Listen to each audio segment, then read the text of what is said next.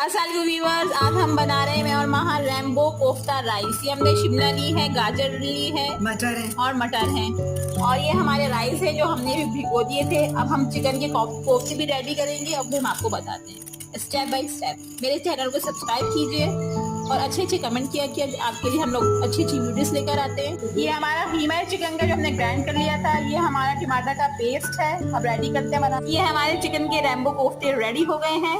Rice boil हो रहे हैं, ये हम सब्जी फ्राई कर रहे हैं। ये हमारे कोफ्ते फ्राई हो रहे हैं, हमारे कोफ्ते फ्राई हो रहे हैं। ये हमारा रैम्बो मसाला रेडी हो गया कोफ्तों का, बिरयानी का। इसको हम अच्छी तरीके से भूनेंगे। वहाँ इसको भून रही हैं। ये हमारे रैम्बो वेजिटेबल राइस बनके रेडी हो गए हैं कोफ्ते के, और सारे चिकन के कोफ्ते भी हैं। देखिए कितने शानदार ये लग रहे हैं। ये देखिए क्या जबरदस्त हमारे ये राइस बने हैं, मैं आपको बता नहीं सकती। आप भी ट्राई करें और कमेंट बॉक्स में कमेंट करके बताइए कैसे लगे हमारे ये राइस आपको वेजिटेबल।